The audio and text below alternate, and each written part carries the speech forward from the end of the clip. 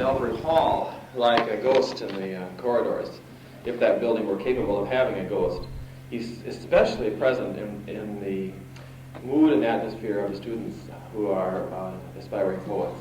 You can still see his influence. Two people, Hugo is the other one, who's very, very visible in Alfred. But Roethke's ghost hangs largely over it. And if we as a department, if they as a department, have any claim on permanent literary history, I think it's in the person of Roethke. There seems to be little doubt among the modern scholars of contemporary poetry that he is the man who's going to hang on, and maybe a few others. So what I thought I would do is take a fairly simple, primarily chronological approach and read to you a variety of his poems with a special focus on what I see to be his participation in the traditional important themes of American literature and in his own particular themes. There are some really nice things we should remember about Roethke as a poet. And I wanted to do that by beginning with reading to you from a little essay that's in the Atlantic Brief Lives by a friend of his, a person of roughly his age, Stanley Kunitz, who wrote the short essay on Roethke's biography, just to give us a little visual image for those of you who don't of what the man was like and what his position might be in the broader context of 20th century literature. So this is his short essay. Do you know Brief Lives?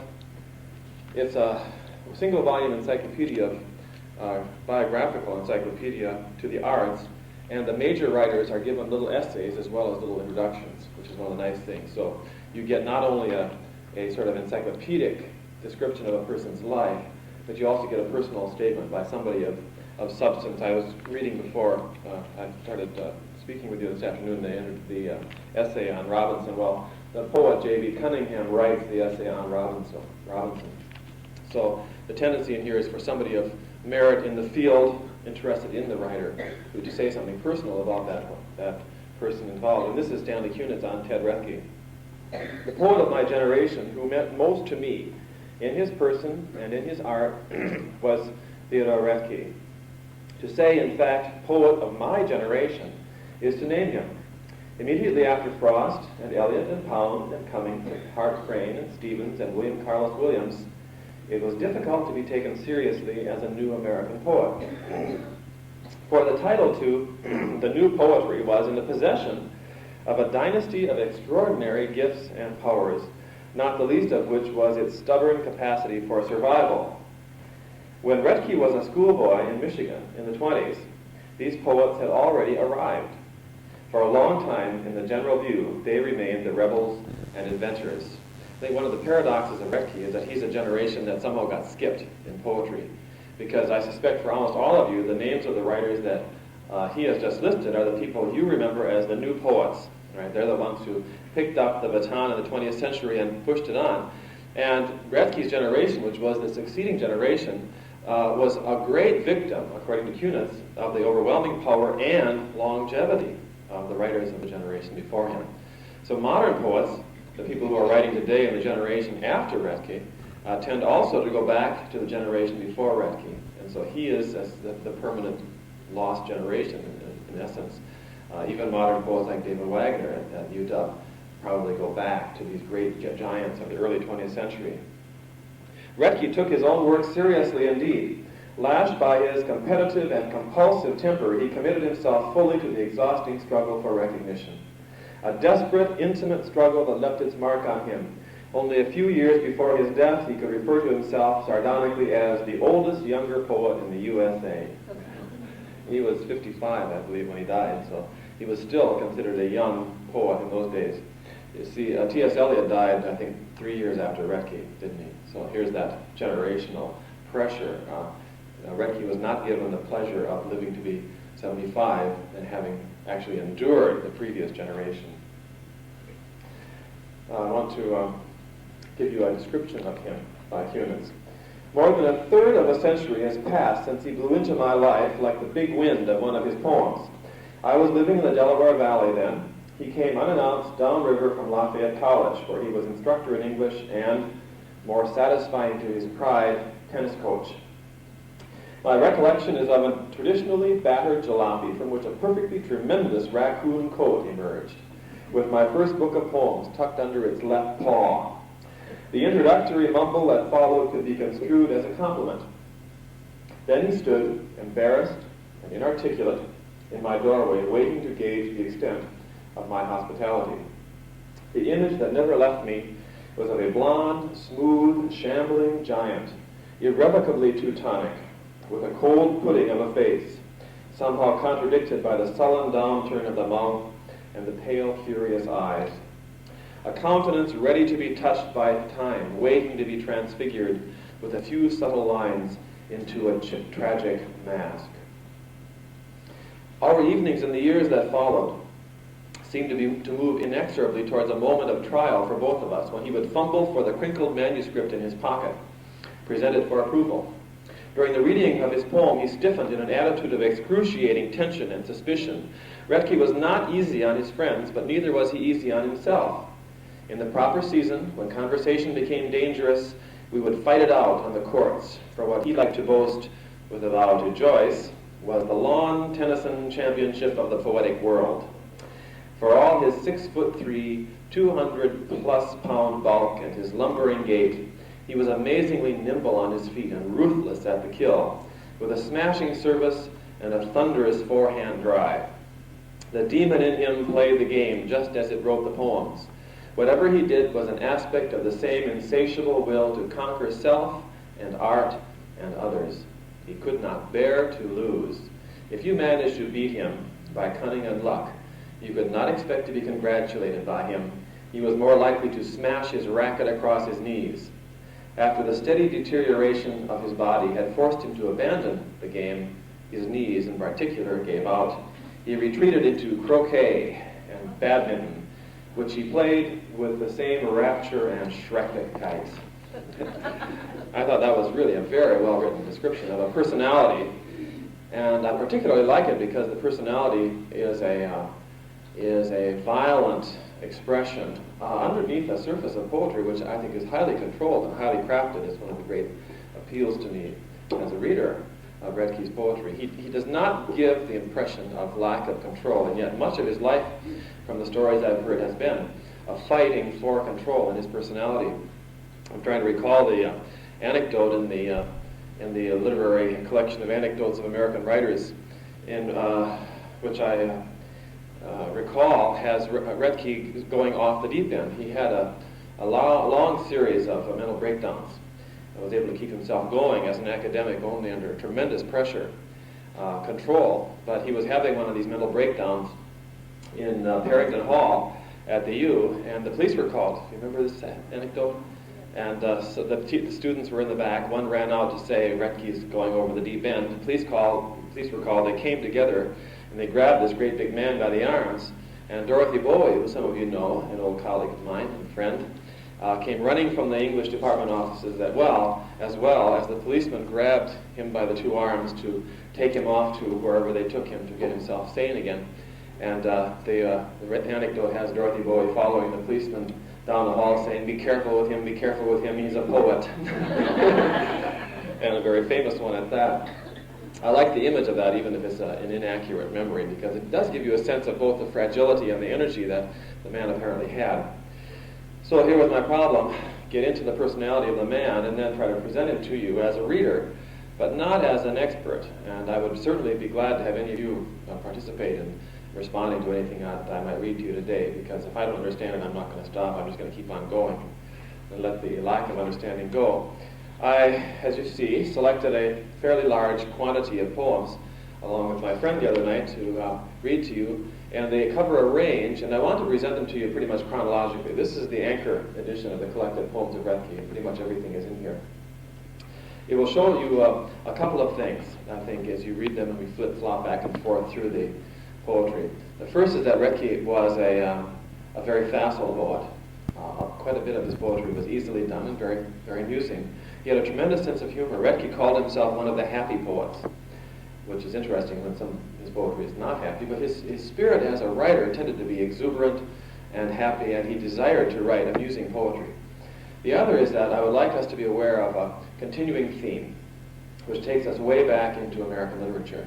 I think, for me, one of the reasons he's going to become more and more visible to us is that he shares the insight of the Hawthorne-Melville tradition in American literature. He's going to be the voice of that tradition that will pick it up really after Robert Frost's generation, I think, and he's going to be more and more visible.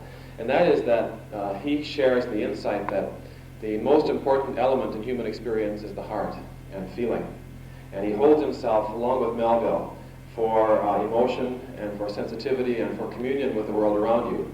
He tends to disdain the intellect, the cool, right, the ordered and the structured. For Roethke, it seems if there is a continuing meaning or a continuing theme about life, it's his recognition of the struggle for survival in the world around you, in nature. The coming up in the spring in the greenhouse, which takes him back to his father's and uncle's greenhouse in Michigan. The fight for the roots to make themselves green again in the spring when things die. And so much of Roethke's poetry is that tragic loss of life and yet the revival of life again. And I think the human life for him also reflects that continual struggle. You lose and lose and lose, and yet you don't quit. For me, it is probably best expressed by Hopkins when he talks about there always lives that dearest, deepest freshness deep down, right, that comes up at the end of all of our attempts to destroy the world around us. So what I did is take this, and I want to read to you some and make it primarily a reading experience with as much emphasis on humor as we can, but also we'll read some difficult poems that may have to be taken primarily as an oral experience rather than an analytical one. Let's start out with a couple of comic poems. This is from his first collection, I believe it is. It's from Open House in 1941, one called Academic. It's only 4 lines, but it's a good warning to people who are involved in academia. The stethoscope tells what everyone fears. You're likely to go on living for years. With a nursemaid waddle and a shop girl simper, and the style of your prose growing limper and limper. There's not much to talk about there. He was having fun when he did it. And that's followed by a nice little piece called For an Amorous Lady. You know this one. He begins with a quotation from a natural history book. Most mammals like caresses in the sense in which we usually take the word, whereas other creatures, even tame snakes, prefer giving to receiving them. Okay, this is For an Amorous Lady. The pensive knew the staid aardvark, except caresses in the dark. The bear, equipped with paw and snout, would rather take than dish it out. But snakes, both poisonous and garter, in love are never known to barter. The worm, though dank, is sensitive. His noble nature bids him give.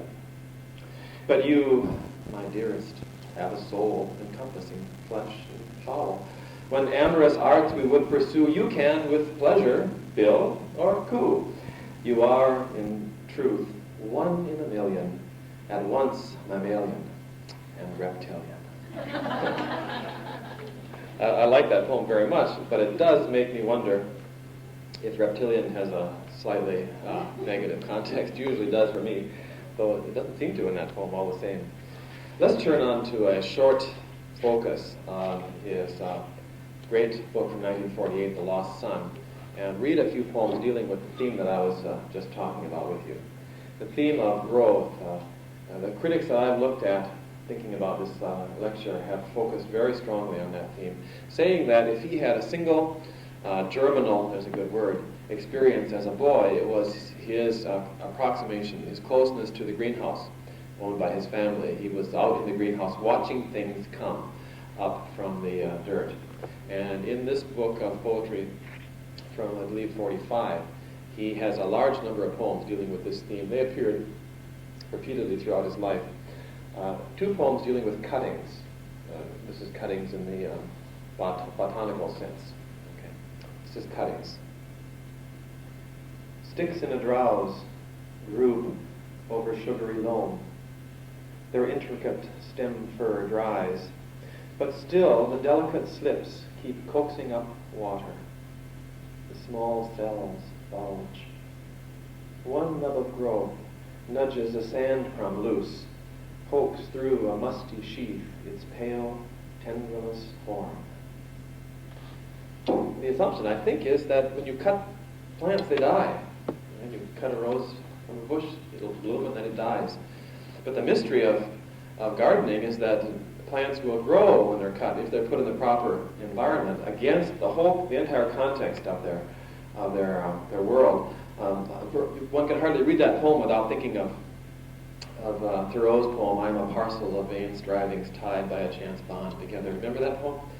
Where he talks about, he says, I am something that has been pulled up from the ground, put into a vase, thrown into a dining room for a moment of pleasure, and then I die. Thoreau doesn't make the transition into rebirth in that poem that we see here. Here's cuttings, later called.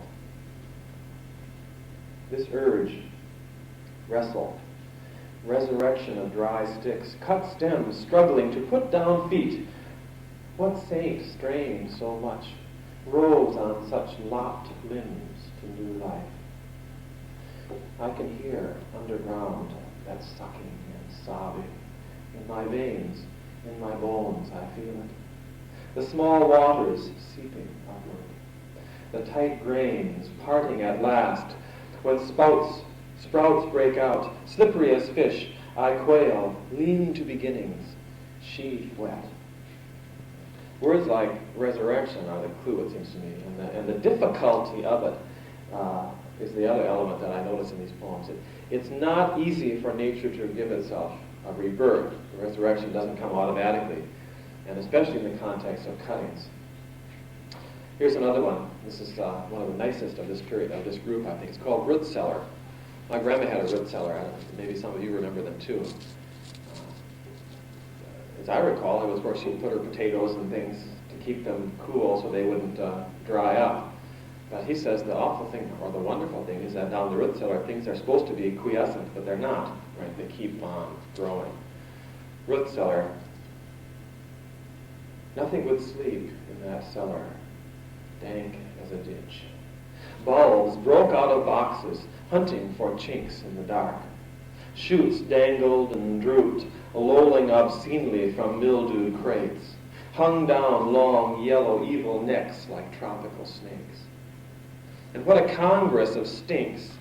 Roots ripe as old bait, pulpy stems, rank, silo-rich, leaf mold, manure, lime piled against slippery planks.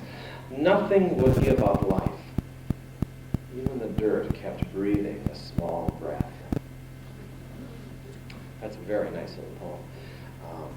When I read that, and this is one of the poems of his that I have read over the years and have liked for a long time, I'm always amazed at the succulent quality of the words when you read them. When I tell my students at school how that you need to read things out loud so you can feel them in your mouth, and some things feel good.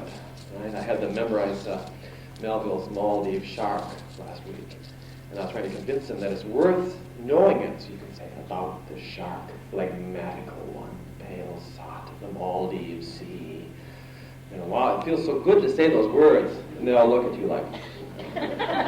And I have the same feeling. I think that maybe there's a connection between Melville's relationship to his language and Roethke's. Pulpy stems, rank, silo-rich. When I would go down in the basement, in the root cellar, I remember I could hardly breathe because it felt like the air was so filled with things, and yet it's there's a touch almost of evil in there, isn't it, as well? Things that should be rotting are not rotting, and that image of the desire for life, of the white tendrils hanging down, searching for a shot of light in the dark, very powerful. Here's another one called Forcing House. Vines tougher than wrists, and rubbery shoots, scums, mildews, smuts along stems, great cannas or delicate cyclamen tips, all pulse with the knocking pipes that drip and sweat and drip, swelling the roots with steam and stench, shooting up lime and dung and ground bones. 50 summers in motion at once, as the live heat billows from pipes and pots. Very similar, because both of those poems for me give a tremendous sense of pressure. You feel that? the steam pipes, and this is a forcing house, which is to force the plants, I assume, is that right? Force the plants to bloom before their time. And the steam pipes, of course, are filled with the pressure of steam, and the plants themselves have this drive from inside. It's amazing how he's able to pull this through. Here's another one, which is extremely powerful, called weed puller. The weed puller is a person now. We're moving away from the plants themselves into the relationship the person has with them. Under the concrete benches, hacking at black, hairy roots. I'm going to start over again. I want to move a little bit. I feel a little tied down to that thing. Under the concrete benches, hacking at black, hairy roots, those lewd monkey tails hanging from drain holes, digging into the soft rubble underneath. Webs and weeds, grubs and snails and sharp sticks, or yanking tough fern shapes, coiled thick, green and thick like dripping smilax, tugging all day at perverse life. The indignity of it, with everything blooming above me, lilies, pale pink cyclamen, roses, whole fields lovely and in violet, me down in that fetter of weeds, crawling on all fours, alive in a slippery grave. What do you think about that? What is the emotion behind that poem? His dad gave him a job to do. Yes. And it was weeding. And he wanted to be with the lovely flowers. Yes, he's down there at the very bottom. I think the word like perverse is really interesting, isn't it? What does perverse mean? He's down here, he says, on his knees with perverse life. I think it's the nature that's perverse as opposed to him. Could you make a little more of that? He says, read the line again. It's hard, of course, if you don't have the text in front of you. Tugging all day at perverse life. I think, yeah, right. Yeah. We desire something other than ugly weeds, don't we? It doesn't have a right to be there. It's like the root cellar. They ought not to be there, yes. And of course he desires as a human being that in a garden all things are beautiful. Weeds are all right outside, but in a greenhouse they're not. And certainly in a garden they're not. He desires, this is a classic American failure, we desire things to be beautiful and perfect. But of course you don't get perfect gardens unless you get down on your knees. And the perversion is not, it's pretty clear, it's not that the plants are perverse, but they're perverse against his desire that they not be there, that they not disrupt the beauty of the context of the garden. He says, crawling on all fours, alive in a slippery grave. Whose grave? It feels like about yeah. He doesn't feel human because all fours is not human posture. You know. I'm wondering if the grave is the grave of the weed, the things down there, or his own grave. That he has a strong sense of mortality. Always has.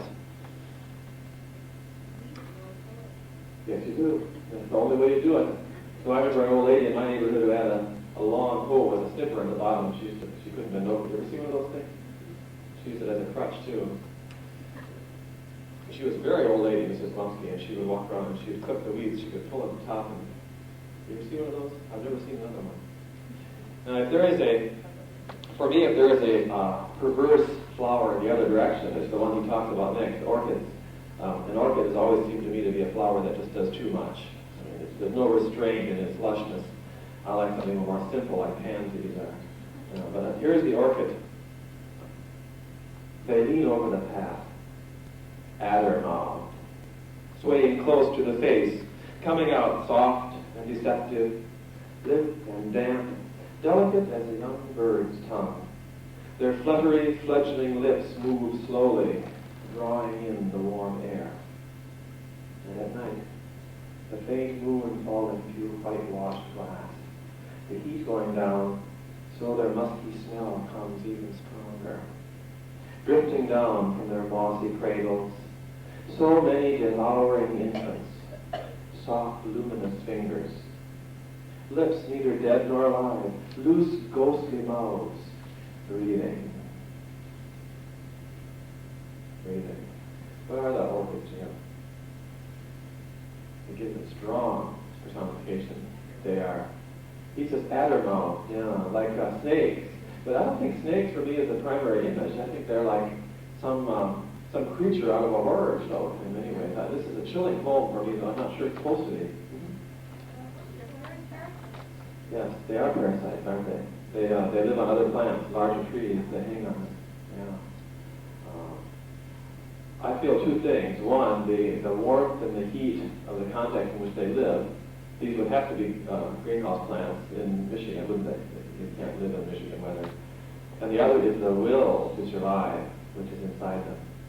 Breathing. They have mouths. They take in and they take out. And if you know that they're parasitic plants, you're aware of that. There's a chill up one's back when one reads that. And finally, from this series, a poem called Moss Gathering. The next one. I feel guilty because I took out boiling water last week and poured it all over the moss on our front steps to kill it. Now I'm reading a poem about it. It's all brown this morning. To loosen with all 10 fingers held wide and limber and lift up a patch, dark green, the kind for lighting cemetery blanket baskets, thick and cushiony like an old-fashioned doormat. The crumbling, small, hollow sticks on the underside mixed with roots, and wintergreen berries and leaves still stuck to the top.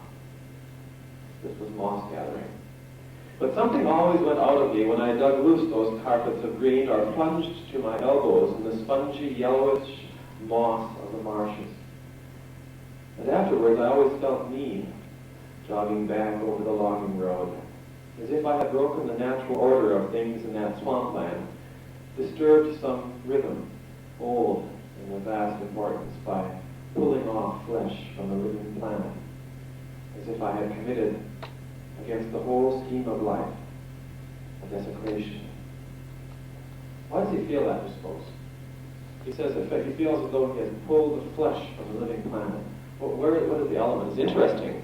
I think all of us have done this, gone out of the woods, pulled up a blanket of moss and found underneath it the shards or the shreds of what had once fallen there.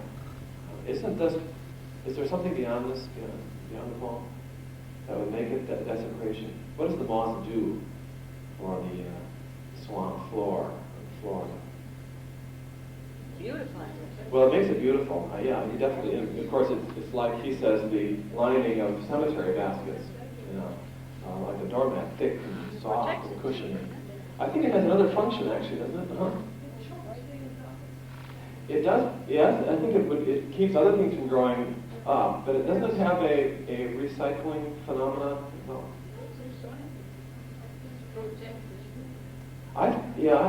Certainly it covers things that have fallen on it. I thought that moss was a means of breakdown, so that what had fallen and would have simply died is transformed by the moss. It becomes mulch, and the moss on old trees in the woods. If you pull it off, you'll see that what it's doing is breaking down the wood of the trees.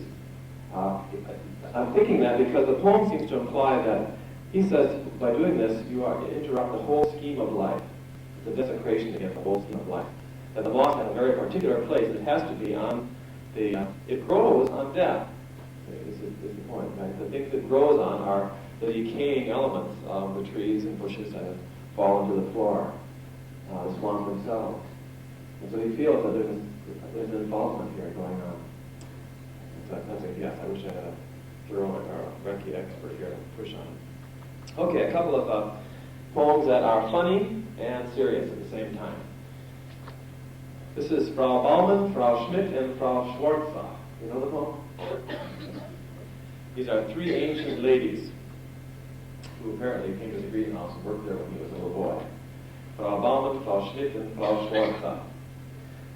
Gone, the three ancient ladies who creaked on the greenhouse ladders, reaching up white strings to wind the sweet pea tendrils, the smilax, nasturtiums, the climbing roses, to straighten carnations, red chrysanthemums, the stiff stems jointed like corn, they tied and tucked. These nurses are nobody else. Quicker than birds, they dipped up and sifted the dirt. They sprinkled and shook. They stood astride pipes, their skirts billowing out wide into tents, their hands twinkling with wet. Like witches, they flew along rows, keeping creation at ease. With a tendril for needle, they sewed up the air. with a stem. They teased out the seed that the cold kept asleep. All the coils, loops, and whorls, they trellised the sun. They plotted for more than themselves. I remember how they picked me up, a spindly kid, pinching and poking my thin ribs till I lay in their laps laughing, weak as a whippet. Now, when I'm alone and cold in my bed, they still hover over me, these ancient leathery crones, with their bandanas stiffened with sweat, and their thorn-bitten wrists, and their snuff-laden breath blowing lightly over me in my first sleep. Roethke has the ability to make you smile and feel great tenderness at the same time. I think that's one of the poems that does, as the next one we'll look at too. Can you characterize the three women as he presents them in the poem? What kind of people are they? They work in the greenhouse, don't they? And my response or feeling about the first part of the poem is this incredible activity and vitality, right? They're moving around all the time, repairing things that are not going quite right, putting up the tendrils, coaxing the seeds to come out. There are people who have a great amount of skill. He calls them nurses, doesn't he? He says nurses only not nurses of people. And yet the second stanza implies that there's a nurse element in them towards him as well, that they have given him direction and focus. I have to smile reading this upon the introduction of a very curious element. What's struck you as most amusing in the last line? The ladies hanging over him. Yeah, snuff. They're all German Fraus. I had not expected that at all. All the other elements are kind of normal, but these are people who have a kind of manly activity. And what it does is fill the air, like the root cellar, doesn't it? Fills the air with their presence when they bend over him. They must have cared a great deal for him. He says, their snuff-laden breath blowing lightly over me in my first sleep. The first sleep, that's a very interesting phrase. There are all kinds of later sleeps apparently as well.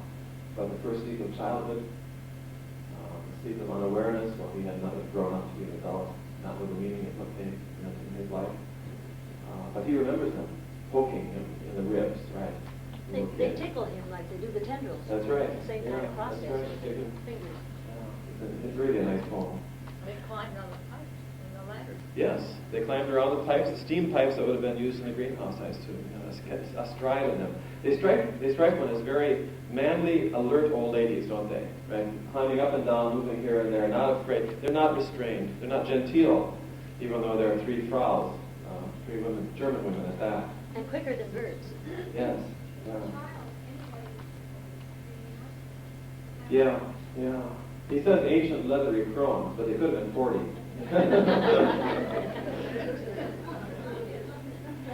Here's my, I think, is my favorite poem, my Papa's Waltz.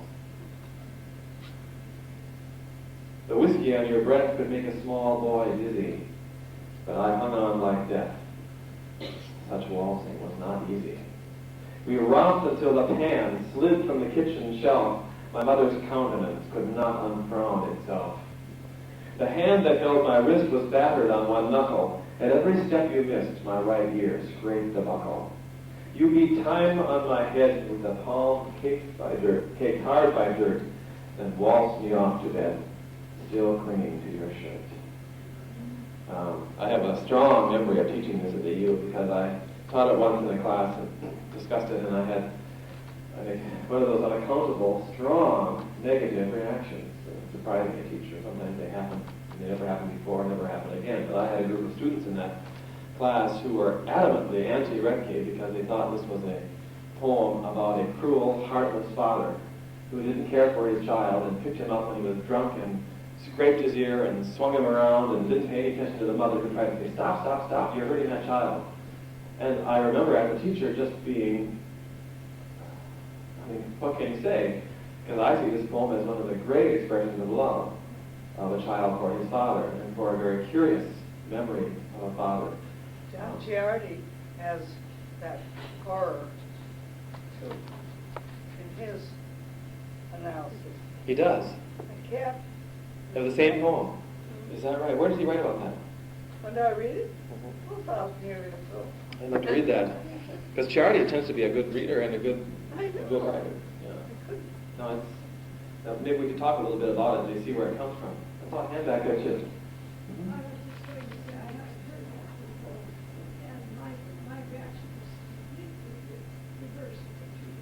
Yeah. It's clear that the Father is not express love in a way which maybe is compatible with some of our preconceptions of love. Let's look at it. The whiskey on your breath can make a small boy dizzy. Right? The lines create the man has come home drunk, right?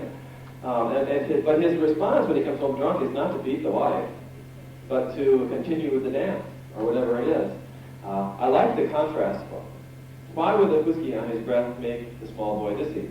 I think Roethke says that because when you're very small, even alcoholic fumes can get you, right? So the distinction between the adult who can take the whiskey in without being dizzy, because obviously the father is not dizzy, carries this enormous adult male presence against the little kid. I think Roethke wanted to see that for a small child, a man, his father, Roethke was a big man, he was 6'3", I would assume that the little boy is 4 or 5 here, right? Because his ear is scraped from the belt buckle. Yeah. And so the father maybe is 6'3", 6'4", 250 pounds. I did this with my kids, or I did when they were little. I'd pick them up and swing them around, and they always said, do it some more. But I wasn't drunk when I did it. Right? But I hung on like death. Such waltzing was not easy. My papa's waltz. So he waltzes around the living room or kitchen with his kids. I hung on like death, meaning what? To hang on like Afraid. The little boy is scared. There's 3 people in the scene, and 2 of them don't like it. Doesn't he like it? I don't think so. He hangs on like death and scrapes his... Well, he hangs on like death because if he doesn't hang on, he might go slide flying across through the the room. flying through the kitchen window. Such waltzing was not easy. And then his dad is beating time on his head? Yes. That wouldn't be a fun experience, Gary. Are you sure? Yeah. We romped until the pan slid from the kitchen shop. Yes, His father's big steps and his little steps, and that's what made me. He had to hang on like that. I don't think I suspect that his feet aren't even on the ground. that's... No, I think his feet are on his father's shoes. Yeah. And children love the exuberance of pictures. Yes, I try to look for words that tell me it's not totally negative. For me, a word like romp is totally positive. We romped until the pan slid from the kitchen shop. Yeah. There was something about dirt on the father's hands, and it made me think that the father usually worked very hard and didn't have time to romp. That's right. But then this time he did, and he was loosened up by... He's loosened up, he's happy, and the other element that I catch that links it with some of the other poems is that when he fills the room, this man, right, when he's going.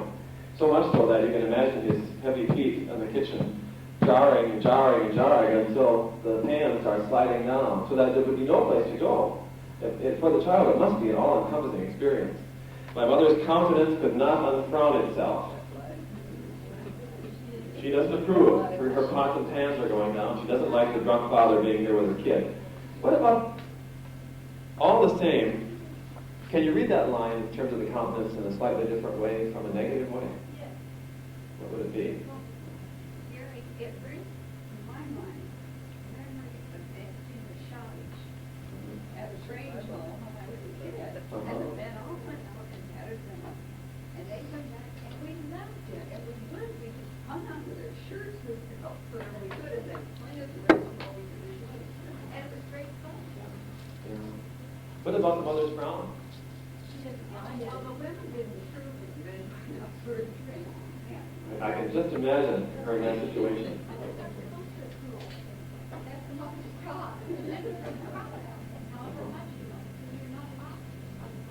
Yes. That's part of the context of the experience. The women are supposed to stand on the side of the great hall and say, those men. Yes, those men. Yes. Okay, she worries about that. But the phrase, Roethke doesn't say, my mother could not stop frowning. He says, my mother's countenance could not unfrown itself. Uses reflexive. What does that tell you?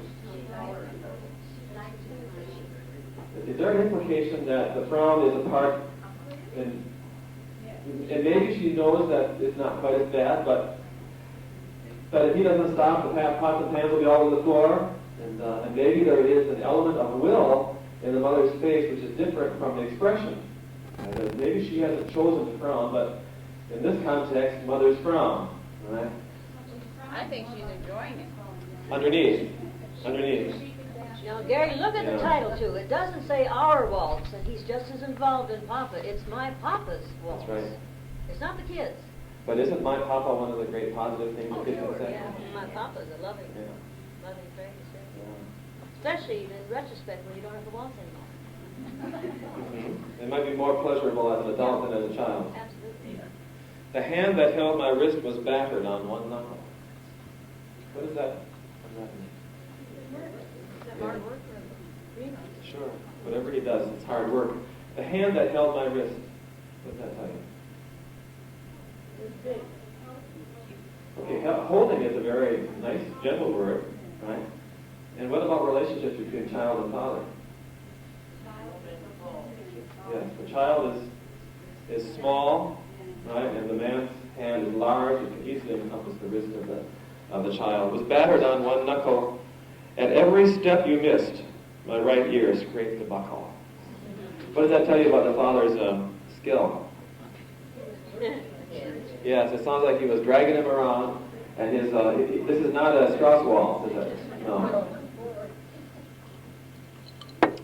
And the last stanza. You beat time on my head with a palm caked hard by dirt, and waltzed me off to bed, still clinging to your shirt. What about the last line? You lied out when you didn't like it. All the way to the bedroom. Like, I read that line, I think of a baby kangaroo attaching, hanging on for dear life, to the mother or something like that. To waltz me off to bed. How does that sound to you? Okay, here's another one. Pickle Belt. A pickle belt, this is in a pickle factory. Okay, so the pickles are coming down the line, they're going to be canned or whatever they do with them. The fruit rolled by all day. They prayed the cogs would creep. They thought about Saturday pay and Sunday sleep. Whatever he smelled was good. The fruit and flesh smells mixed. There beside him she stood, and he perplexed. He in his shrunken breeches, eyes rimmed with pickle dust, prickling with all the itches of 16-year-old lust. I wonder what happened to that girl when he was 16 who worked on the pickle line next to him. I like that little poem a lot. It's amusing. It also does something that's very Roethkian. It sets you in the context of the dust and the tedium and the misery of the 8 or 10 hour line. You can imagine what it's like in the cannery. But hey, if you're 16, there are other things to think about besides pickles. And it doesn't seem to limit him at all. Everything, he says, whatever he smelled was good. We know that it's not a good smelling place. It's a very dusty, difficult place. But when you're 16 and she's right next to her, the fruit and flesh smells mixed. That's all right. And here's a favorite poem of the person who I talked to the other night. She loves the opening line. It's called Dolor, D-O-L-O-R, which is sadness. I have known the inexorable sadness of pencils, neat in their boxes, a dolor of pad and paperweight, all the misery of manila folders and mucilage, desolation in immaculate public places, lonely reception room, lavatory, switchboard, the unalterable pathos of basin and pitcher, ritual of multigraph, paperclip, comma, endless duplication of lives and objects. And I have seen dust from the walls of institutions, finer than flour, alive, more dangerous than silica, sift almost invisible through long afternoons of tedium, dropping a fine film on nails and delicate eyebrows, glazing the pale hair, the duplicate gray standard faces. Now this one, I think I know why they put them on the same page. Right? The Pickle Belt says that energy and youth and vitality will burst through the environment. This one says just about the opposite, that environment can sift its sand of grayness and plainness down. This poem reminds me very strongly of Edwin Arlington Robinson's poem, The Clerks, if you remember that, where he talks about the people who've known who have worked as clerks in a haberdashery for years and years. And Robinson says, I want you to know that they are people. Right? If they are just clerks, they are people. Even though he says they clip the sad old age of the years. Remember that one? Now, okay, I'm tempted to read that one over again, but I guess I won't.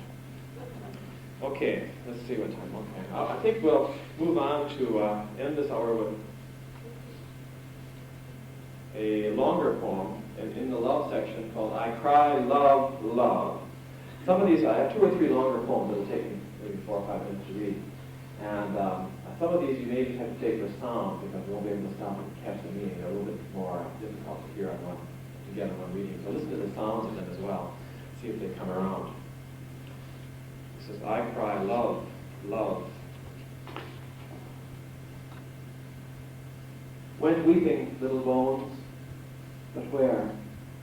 Wasps come when I ask for pigeons. The sister sands, they slipper soft away. What else can befall? Delight me otherly, white spirit, some errand, obscure as the wind's circuit, a secret to jerk from the lips of a fish. Is circularity such a shame? A capsule.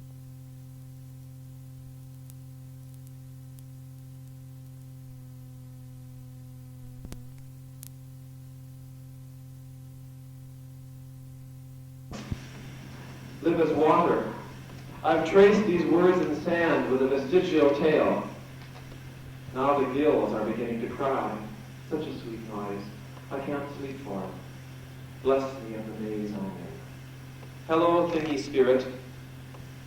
Mouse, mouse, come out of the ferns, and small mouths, stay your aimless cheeping. A lap full of apples sleeps in this grass. That anguish of concreteness. The sun playing on loam, and the first dust of spring listing over backlots. I proclaim once more a condition of joy.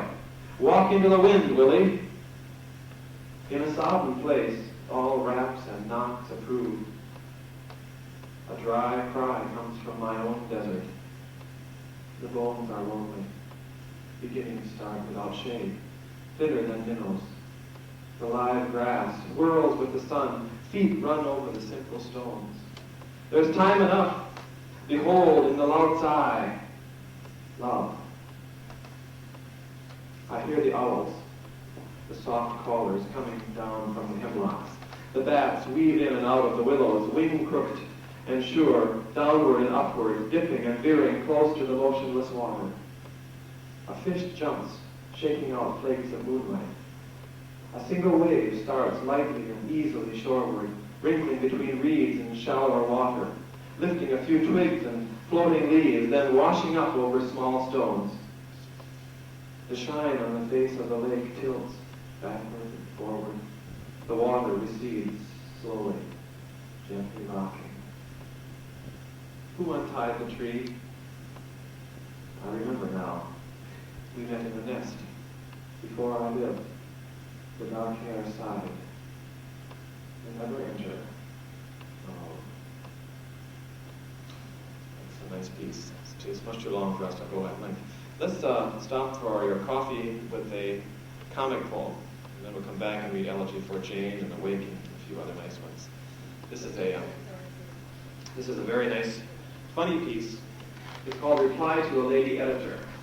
He got a letter from Alice S. Morris, literary editor from Harper's Bazaar. The letter says, if the poem beginning, I knew a woman lovely in her bones, in the London Times literary supplement has not appeared here, we offer you $75 for it. Could you wire us collect your answer? Sincerely yours, Alice S. Morris, literary editor, Harper's Bazaar. Sweet Alice S. Morris, I am pleased, of course.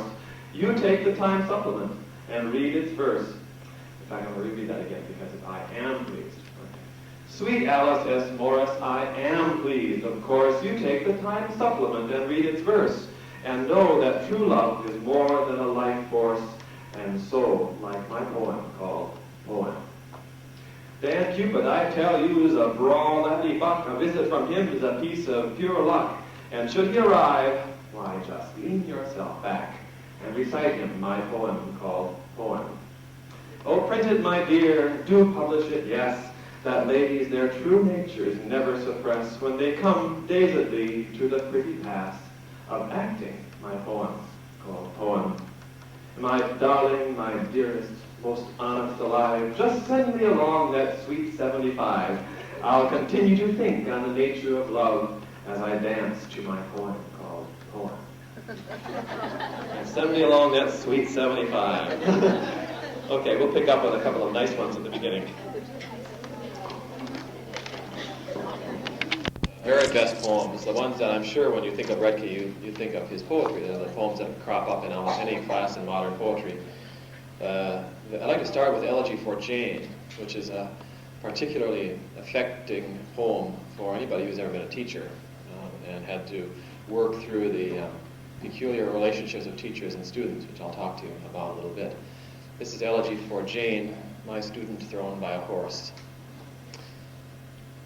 I remember the neck curls, limp and damp as tendrils, and her quick look, a sidelong pickerel smile, and how, once startled into talk, the light syllables leaped for her, and she balanced in the delight of her thought. A wren, happy, tail into the wind, her song trembling the twigs and small branches. The shade sang with her, the leaves, their whispers turned to kissing, and the mold sang in the bleached valleys under the rose. Oh, when she was sad, she cast herself down into such a pure depth, even a father could not find her, scraping her cheek against straw, stirring the clearest water. My sparrow, you are not here, waiting like a fern, making a spiny shadow. The sides of wet stones cannot console me, nor the moss wound with the last night. If only I could nudge you from this sleep, my maimed darling, my skittery pigeon. Over this damp grave I speak the words of my love. I with no rights in this matter, neither father nor lover. I think a lot of you have been teachers, and I think a lot of you catch obviously it's a poem of grief over the loss of youth and vitality and energy and the inexplicableness of death at that age. Poems about the deaths of children are some of the hardest poems of all to read or to come to terms with.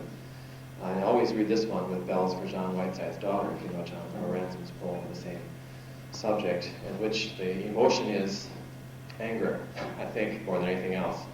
How dare you be dead and be young? Right? This one is not anger. This is loss. It's also, I think, a great element of perplexity. Is what does he have? What right does he have to have an emotional response? I mean, he's not the father. Fathers grieve their children. Lovers grieve the loss of the ones they love. What does a teacher have in relationship? And yet, if you know what it's like to be a teacher, you know that you have an enormous range of relationship. I think one of the oddities of teaching is that it's a profession where students attach themselves very strongly to you. But the motivation for attachment has to come from the student. I mean, teachers cannot motivate themselves. It's not possible to have a one-on-one relationship with 150 kids, right, in high school.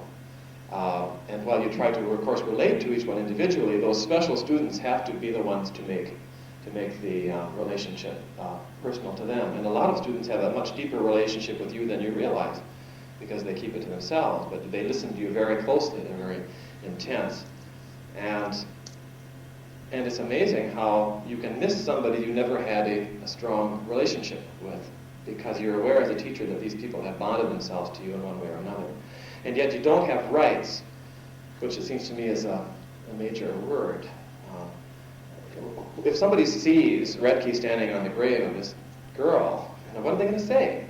What right do you have grieving? I mean, the father could be angry, right? I mean, the lover could be angry that he's usurped a position of a relationship which only a teacher, as only a teacher, he doesn't have a right to.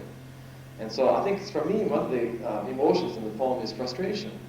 Right? And it also, Jane's death is a death which denies certain assumptions that Roethke, I think, desires to be part of his universe. He says, "The sides of wet stones cannot console me, nor the moss." That is, where would Roethke want to go usually for consolation? That is, for understanding and the relationship of things. Well, being the kind of poet he was, with his background, reading the poems you've already heard, he would go to nature, which would say these things relate. But Jane is not a cutting, right? I mean, once she's cut, that's it. There's no growth coming out of the ground. That would be the continuation of her life. And so here is the poem is about a tremendous frustration, I think, to the poet who's lost something. And her personality is also an important element in the beauty of this poem. If there is a single advantage to teaching high school as opposed to teaching college students or adults, it's that high school students who are 15, 16, 17, 18 have not yet lost the ability to be spontaneous in their responses to the world around them. And I think here is what he's touching on with Jane. Adults are composed. I was telling Virginia earlier, I'm going to be giving a free class on Lear at Eastside starting, I think, next Tuesday night for the parents, or anybody who's attached to Eastside who'd have to come in and get back to Shakespeare a little bit. And I'm sure I will have a good time because teaching adults has its own rewards. People listen to you, right? And they're thinking while you're talking, and they're not chewing gum or planning their date for the Tolo or things like that. But I have never taught a college or an adult class before this year, in which when Edgar appears on the screen, we watched Olivier's Lear, and Edmund that bastard is about to get his just rewards, and in the background looms Edgar, who's come to do him in, if you remember Lear, and had the whole class, hooray! The ability of somebody who's an adolescent to get into, right, to respond without any sophistication whatsoever, I mean, is exactly what Shakespeare wanted. I mean, justice comes at last. You've been hating this person, and I was watching my students more than watching the play this time because I wanted to see the reactions. And when even the little things, when Albany finally turns to Goneril, calls her exactly what she really is, and you've been waiting for this bitch to be told what she is, you can feel their response, as Shakespeare wants that in an audience. And when Gloucester's eyes are cut out, the girls put their heads on their desks and groan and moan, and you can feel a community shiver through. And yet we adults look at it and we think, my, how educational, and it's wonderfully cultural. And in fact, I don't think it's meant to be educational or cultural. I think it's meant to be experiential. And the great achievement, the great value in teaching high school kids is that they react to things personally, one-on-one. And I think this is what he's working with in Jane here. And I think it's probably what Roethke was feeling as the enormous loss. It's not just that Jane died, right? It's that the skittery pigeon died, that the experience that she represented to him is gone. And that's wrong. Death is not wrong. At all ages, death comes. But the loss of a certain innocence and responsiveness is something that is wrong. And that's what the poem is about. My student thrown by a horse. And then I think the other poem, the one which I think is on the wall up at Roethke Auditorium in the U, is The Waking. To begin with that also. It's a meditative poem about probably his most important poem about the nature of what he sees himself as a responsive person living in the world, what it is to be alive. And it's a difficult poem. And I'm not sure, even though I read it dozens and dozens of times, I'm not sure I know exactly what it means, but I think I know what it feels like. I wake to sleep and take my waking slow. I feel my fate and what I cannot fear. I learn by going where I have to go. We think by feeling. What is there to know? I hear my being dance from ear to ear. I wake to sleep and take my waking slow. Of those so close beside me, which are you? God bless the ground, I shall walk softly there, and learn by going where I have to go. Light takes the tree, but who can tell us how? The lowly worm climbs up a winding stair. I wake to sleep, and take my waking slow. Great nature has another thing to do to you and me. So take the lively air, and, lovely, learn by going where to go. This shaking keeps me steady. I should know what falls away is always and is near. I wake to sleep and take my waking slow. I learn by going where I have to go. I think obviously every line of that poem is important, and some of them are difficult. For me, the key line is the central one right in the middle. Light takes the tree, but who can tell us how? Can somebody help me with that? How does light take the tree? What does take mean here then? What does take mean? What does he mean by take? How can? Well, the autumn takes the light out of the tree. Okay, so as the light diminishes in the fall, that's not the way I read it, but that's a reasonable response to taking. I have another reading. Changes. Just changes the tree. Oh. Changes the appearance of the tree, changes the life of the tree, seasonally, as Rosemary was saying. What does a tree have to do? It lives by chlorophyll that it gets from sunlight. Right, it does. That's right. It must. A tree must have is it. right. It A must tree have is light. rooted. A tree is rooted in the ground, and it must have light to grow. Right. Light makes possible the chlorophyll transformation, and without light, trees die. Okay. A tree, if you find a small tree in the ground, has only one end, and that is to grow. Where it is, right? Where it is. Of course, this is in the natural world. We can uproot them and put them other places, but not in the real world. A tree must take its place. But it can't uproot itself. No, it cannot. Right? And if the tree is going to be happy, it better be happy where it is, because it doesn't have many alternatives. For me, taking here is, light taking the tree means the tree is drawn to its fate by light, including everything that you mentioned, including the cycle of seasons. But primarily what I look at in the poem is the sense of the tree starting and rising as a magnet would pull a piece of metal to it. It takes it, it brings it up. And the only way for a tree, if a tree to have any interior response whatsoever, for a tree to be a proper tree would be to accept that light as its source, right? It's what it draws to. And that's how I make a sense of I learn by going where I have to go. I think this is, I believe he was reading Emerson when he read this, because this is classic Emersonian philosophy, right? Live the life you are given to live where you are. It's the only life you've got. And misery is wishing you were living in another time, in another body, in another place. You can't. And so to be a successful person, you learn by accepting the road you have, the one you live. Are you any good to wish you were anyplace else, because this is the life we live. And I think he's speaking not so much in a physical context, right? Wishing I lived in 18th century France. I believe he's talking about that. I think he's speaking very strongly of the interior context, of growing and changing and evolving, and accepting the maturation of self, ultimately. It also says to nature, God bless the ground. That's right. That's right. Yes. He says, of those close beside me, which are you? God bless the ground, I shall walk softly there, and learn by going where I have to go. Some people curse the ground they walk on. Right? I think he was influenced by Robinson, and I hear an echo here of Richard Corey, right? Well, we, right, cursed the meat, waited for the light, and cursed the bread, right? That sense of people unsatisfied with the life they live, and looking at somebody else, totally misunderstanding Richard Corey's interior life, and not surviving with any pleasure. I think that's absolutely right. You have to bless the ground you walk on. And Minneberchini, too. You can't wish you were someplace else. That's right. Or you keep on, Go on drinking. Go on drinking. The bars, they always play. What about that line, I wake to sleep? I wake to sleep and take my waking slow. What does it mean? What would you do with it?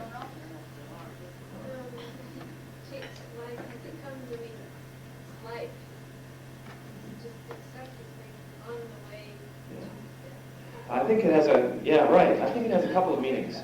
One, implicit in it is the circularity of life, right? That is, we get up in order to go back to bed, and then we get up again. So at the very surface of the meaning is I wake, go to sleep again, and I take my time going about it. But I think the interior meaning is something like this.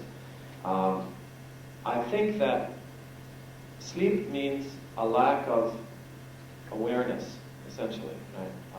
A lack of knowledge, intellectual awareness. You're just as awake when you're sleeping, you're just as alive when you're sleeping as when you're awake, right? I mean, you're not less alive, you're in a different state. And I think for me, in the context of American literature, what he's saying is that the proper relationship of awakeness is a natural relationship which could be seen as sleep because it's not intellectualizing and put into a box the meaning of life. And I accept the world around me. Waking can be growing and changing. All of life is just evolving. And I have a tendency to want to read that line as one which says, I wake to a kind of unsophisticated intellectual acceptance of the life around me. And I take it as it comes.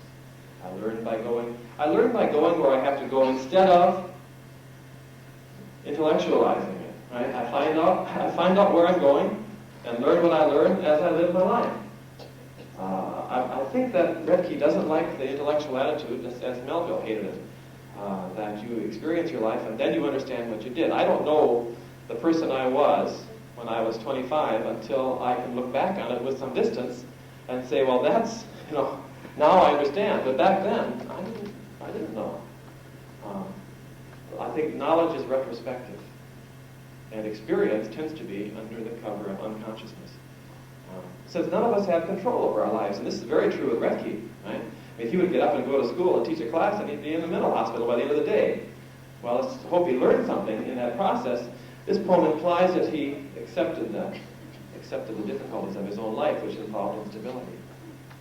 Now, I don't even know if that's a standard reading of the line. You said that this is following Emerson, that he believed also people should just grow like trees and let life take them. Yeah. Emerson does not, I don't think he ever uses that language of grow like trees, but Emerson says repeatedly, accept the life you live. Accept the life given you. Do not wish you were someplace else. There is a fine line there between deciding you're going to do something and letting life take you along like a tree. Yeah. How do you interpret the lowly worm finds a winding stair? Well, that's an interesting one because it has a lot of historical context, I think. He says, light takes the tree, but who can tell us how? The lowly worm climbs up a winding stair. I wake to sleep and take my waking slow.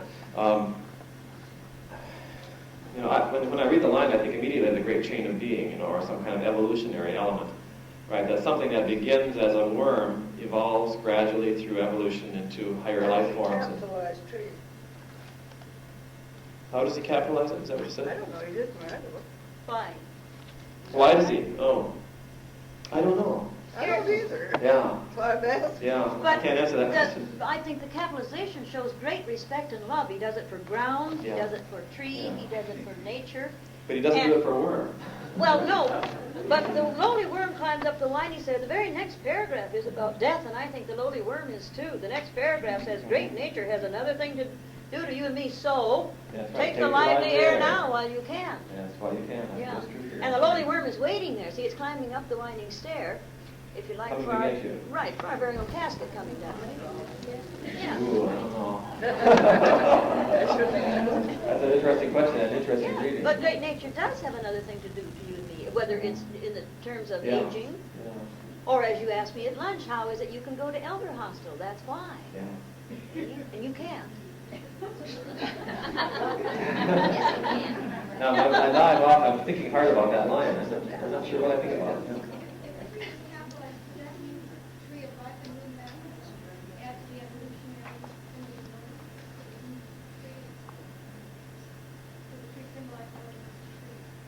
Well, he capitalizes three unnecessarily capitalizable words, right? Ground and tree and nature, all three of them.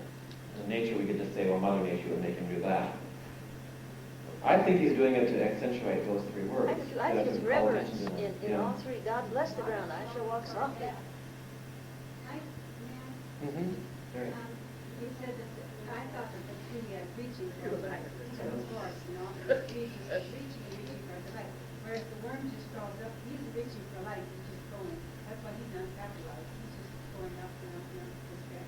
He doesn't even know where he's going. That's the way it seems to me. He's not capitalized. He's blind. Yeah, but if you took takes as in, I was greatly taken by her, right?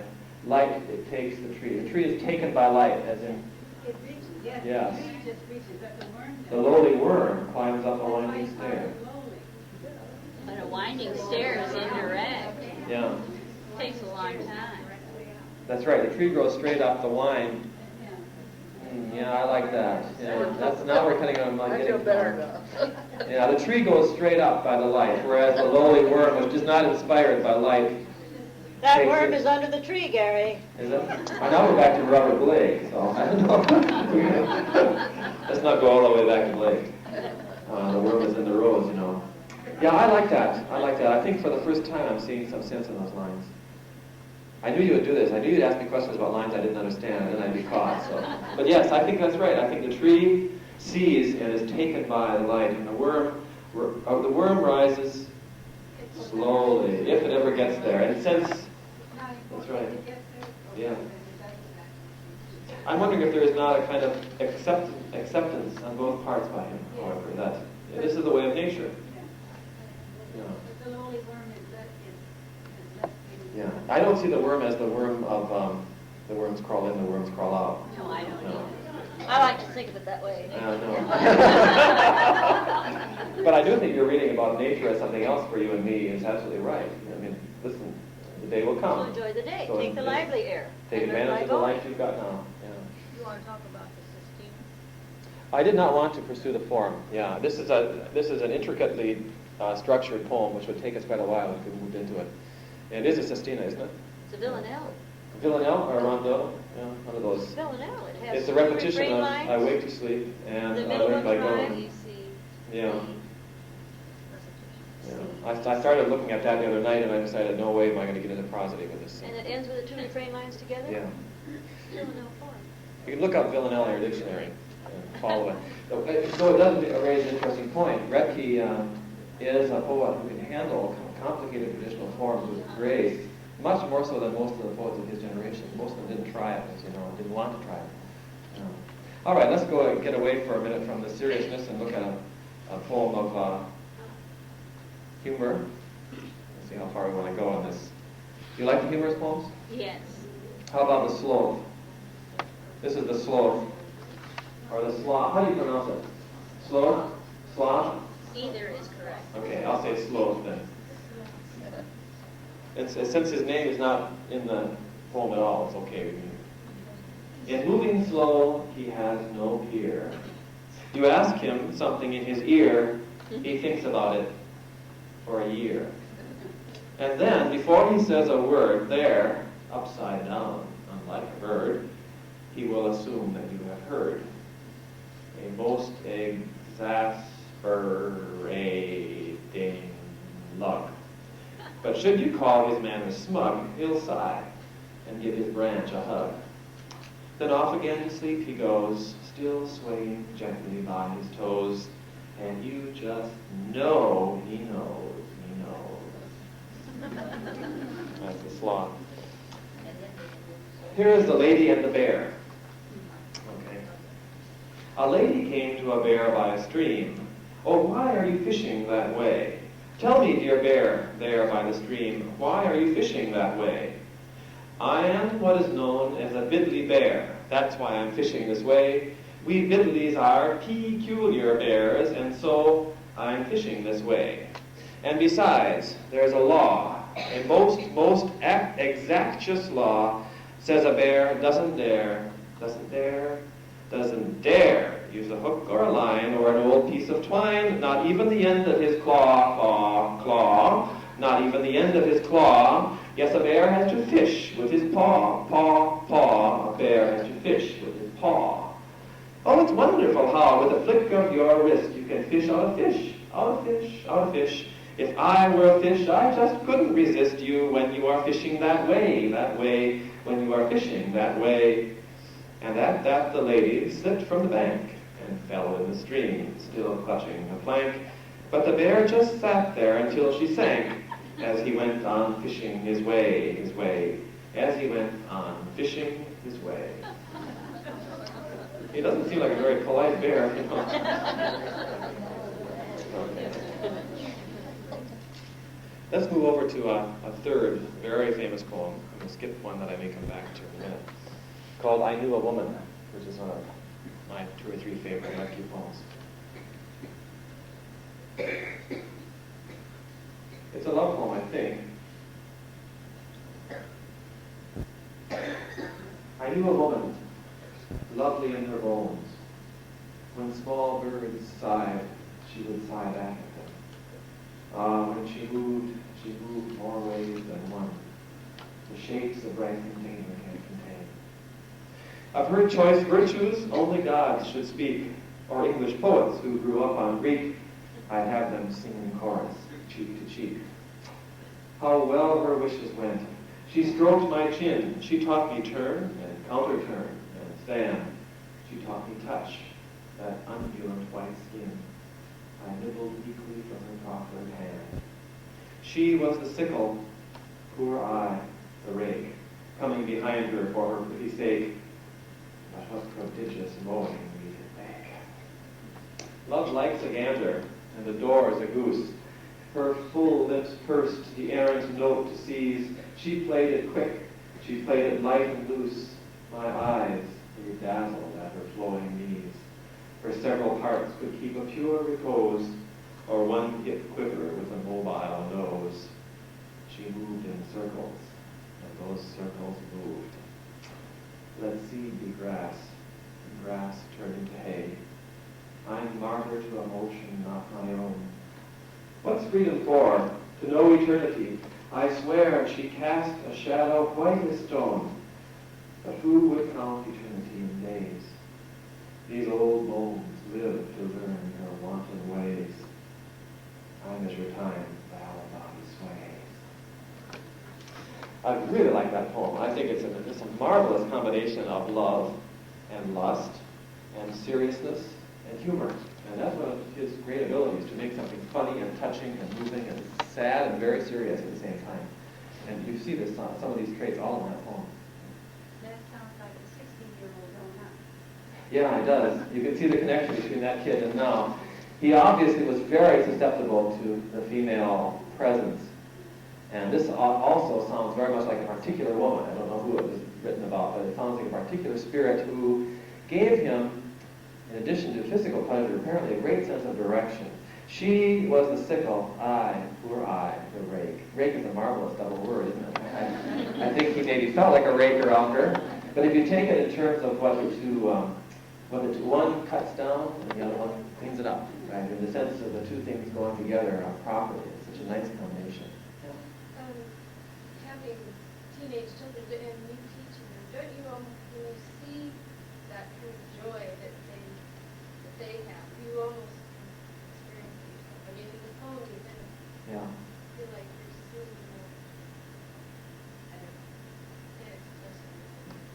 Yeah, I don't see this as an adolescent poem, though. I see this as an adult poem. But yes, reading the other poem about Pickle Dust, you certainly do feel it, and it's very present. I mean, anybody who works at high school knows that the endocrinal urge is going crazy through all these kids, and love is so intense. And I think I spend 40% of the time talking one-on-one with kids, telling them that it's okay that their boyfriend or girlfriend broke up. There are other people out there, you know. Men are like buses. If you stand still in the same corner, another one will come along. I mean, all this advice, but it's also intense. And I feel myself becoming avuncular with them and putting my hand and saying, listen, from my point of view, you should realize that high school romance is nothing way till you're 35. You know? And you can't do that, because that's exactly the position that their parents take on it. I think if parents, as a general rule with high school kids, make one enormous mistake, it's minimizing constantly their emotions and their feelings. You're just a kid. You don't know anything about life or love. And I think good teachers speak to them in a way which says, yeah, what you're feeling is right, it's true. I just went through this last week with a girl who broke up after 2 years with her boyfriend. And her mom says, forget him, he's no good, he was no good for you in the beginning, I'm glad you finally figured that out. And she says to me, I can't forget him, Mr. Culbert. And I say, of course you can't forget it. I mean, to tell somebody to forget something is the stupidest thing you could say to them, isn't it? Because forgetting is not a matter of will. So how can she listen to her mother when her mother's telling her to do something which can't be done? That's what we're talking about, isn't it? I think, yes. But I don't think an adolescent, I'm going to go back. The first poem was such a wonderful adolescent poem because it was instinctual response. Right? This is an adult meditating on what in that person, what in that woman made him respond. I mean, the response is here, but it really is an attempt to think about how she rearranged time for him and life for him. I measure time by how a body sways. Right? And we were talking about this at lunch. Well, what is time? When you fall in love, time loses all of its traditional constraints. I mean, a month, an hour, a year, what is it? All right? And so there's a new means of understanding what it is. I think he's right. These old bones live to learn her wanton ways. And he implies that right now he's well on in years. I guess by this time he must be in his mid-40s, if you look at where it is in the text. Well, he's a child again. Right? She's teaching him something. She's made him new again. I like, for me, when you read the poem, it seems obvious that you get no specific description of the woman. But you do get a very clear sense of a personality that shimmers and shakes. Her motion, right? She moves in circles, which is a cliche, but he's talking about, right? I mean, when she moves, she's going every which way at once. And those circles move, giving him a new perception of a woman, of femininity. I'd like to know who this person was. Someday I'll try to find out. The first line is so lovely. Yes, isn't it? Yeah. I knew a woman lovely in her bones, as opposed to beauty is only. Yeah, this is a woman whose beauty goes all the way down to the inside. Someone who is, when the small bird sighed, she would sigh back at him. There's what he's talking about before, that oneness with nature. Right? We don't talk back. Whenever I read these things, I get echoes of other people that I read and teach. And this reminds me of Emily Dickinson's poem about the bird who came out to walk, right? She bends down to give him a crumb, and the bird says, no way, right? She says, and the one about the snake, right? Other of nature's creatures I know, and they know me. I feel what a transport of cordiality, she says. But the snake, no way. It's up and down the spine. I think that Dickinson makes this. Dickinson knows that you cannot know nature. That there's something intrinsically alien, both the bird in its beauty or the snake in its reptilian otherness. But Roethke seems to say that the proper relationship is possible. This woman is one with nature. She can go back to the birds and come back. He doesn't feel that we are alien from nature, that we are a unique species. And I think Dickinson does believe that we have a special uniqueness that isolates us. And so there's a sadness in her poetry of isolation, which is not present here, though it's hard to get, and it's difficult to come to. But he says people are like that. There are other, how well her wishes went. She stroked my chin. She taught me turn and counter-turn and stand. What are those things? Training, yeah. Dancing, aren't they? Yeah. So she was his partner in the sense of two people moving. This should also remind you, I suspect, of William Butler Yeats and dancing. Right? Yeats uses dancing as an intrinsic image of the natural flow, evolution, growth of things. She taught me touch, that undulant white skin. If you look at all the words in this poem dealing with motion and shape, and undulation is so wonderful. I nibbled meekly from her proffered hand, like a bird or a mouse or something, right? So she's so clearly dominant in his image. It's a nice piece. Let's take a look at another she. This is the poem She.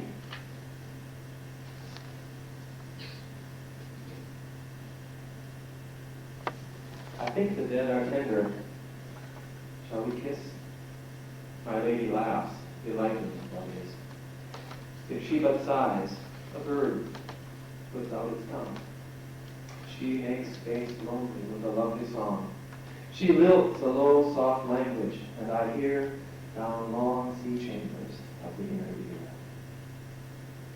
We sing together. We sing mouth to mouth. The garden is a river flowing south. She cries out loud the soul's own secret joy. She dances, and the ground bears her away. She knows the speech of light, and makes it plain a lively thing can come to life again. I feel her presence in the common day, in that slow dark that lightens every eye. She moves as water moves, and comes to me, stayed by what was, and moved by what would be. I really like that. This is a new poem for me. I was introduced to it by a friend the other night. I love that last line. Stayed by what was, and pulled by what would be. It also has some clearer connection to the poem we just finished. Music, motion. I suspect it's about the same she, don't you? It sounds like the same woman. He says, she knows the speech of light and makes it plain, a lively thing can come to life again. What does that mean? She knows the speech. Light and darkness are also involved in this. I feel her presence in the common day, in that slow dark that lightens every eye. I was people opening. This woman is involved in all areas. She speaks with animals. She dances. She is a total emotion or total response. Very curious. Any comments on that one? I think the dead are tender. Shall we kiss? What do you think of that line? What does it mean? Memories? Boy, I don't know. I know the shall we kiss. And that I get. What he means by I think the dead are tender, I don't think it has to do with memories.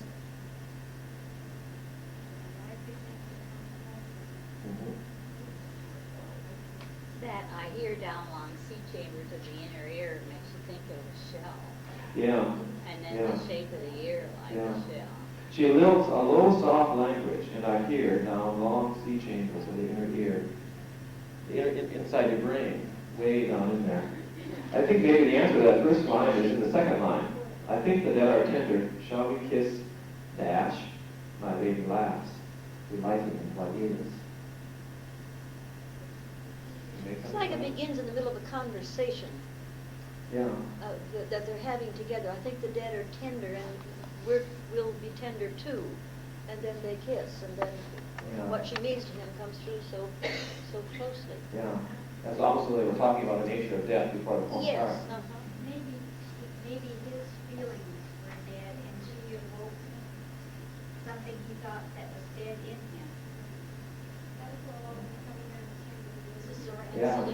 Yeah. Yes, maybe she just accused him of lacking feeling, and he's trying to say, well, if I'm dead, give me a kiss. You can make me come alive again. Yeah, okay, I think that's good. A lively thing can come to life. That's right. She does it too. She does it. She brings him alive. I like that. All right, here's another one that I like a great deal. It's called The Pure Fury. You know this one. And I think it's probably the best approach to him giving a fairly straight philosophical statement of the virtue and simplicity and feeling as opposed to intellect. I don't know how to pronounce the name of the philosopher, Boehme. Anybody know? Is it Boehme? Boehme. I knew it German would be Böhme, but I don't know how. We say Boehme. Okay. This is about a different woman, I think, and this woman is so stupid that. But she's got some truth, right? She's also somebody who's natural and positive. Stupor of knowledge, lacking inwardness. What book, O learned man, will set me right? Once I read nothing through a fearful night, for every meaning had grown meaningless. Morning, I saw the world with second sight, as if all things had died and rose again. I touched the stones, and they had my own skin. The pure admire the pure, and live alone. I love a woman with an empty face. Parmenides put nothingness in place. She tries to think, and it flies loose again. How slow the changes of a golden mean. Great fame rooted all in yes and no. At times, my darling speaks in pure Plato. How terrible the need for solitude. The appetite for life so ravenous. A man's a beast, prowling in his own house, a beast with fangs, and out for his own blood until he finds the thing he almost was when the pure fury first raged in his head, and trees came closer with a denser shade. Dream of a woman, and a dream of death. The light air takes my being's breath away. I look on light, and it turns into gray. When will that creature give me back my breath? I live near the abyss. I hope to stay until my eyes look at a brighter sun as the thick shade of the long night comes on. And very soberly, he apparently feels that he's lost some connection. The white is turning to gray. He has moved apparently into a complexity that makes him look at the woman he loves with her simple mind, with jealousy or desire that he were her. He says, she tries to think and it flies loose again. You can just imagine this woman trying to come through and slough. She, by the times my darling squeaks in pure play, though. The squeaks always remind me of someone like Marilyn Monroe or one of those blonde actresses of the late 40s. Remember, who used to squeak all the time? The woman from Judy Holliday. Yeah, Judy Holliday. Uttering simple truths. Right? That is, simple truths. She doesn't need to intellectualize the life that she lives. Yes, Born Yesterday. Sure. Yeah, that's the movie I was thinking about. And he looks at his own life, and what does he see? Stupor of knowledge, lacking inwardness. He says, I spent all night sitting up with a book, right? My friend whose book I borrowed and whose poems I taught these poems over the other night was reading Carlyle when I went over to get some conversation on Roethke with her. And she was absolutely in a funk at reading this dense, ridiculous prose with all these words that mean only things to Carlyle. And she was so glad to get away to talk about Roethke for a while.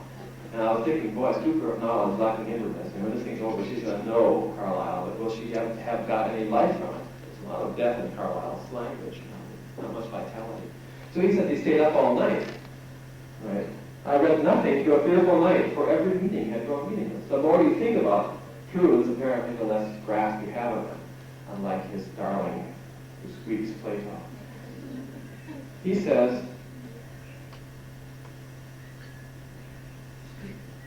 what is that? It's a mouse. Is it?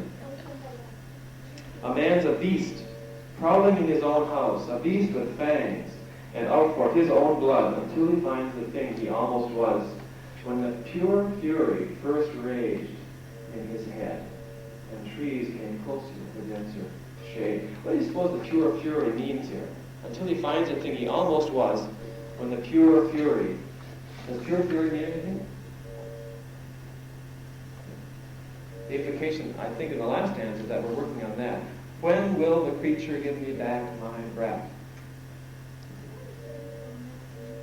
I'm wondering if it isn't. Yeah. That's right. Yeah. And I think what's happened is that he's in the poem exploring the nearness to the abyss of insanity that makes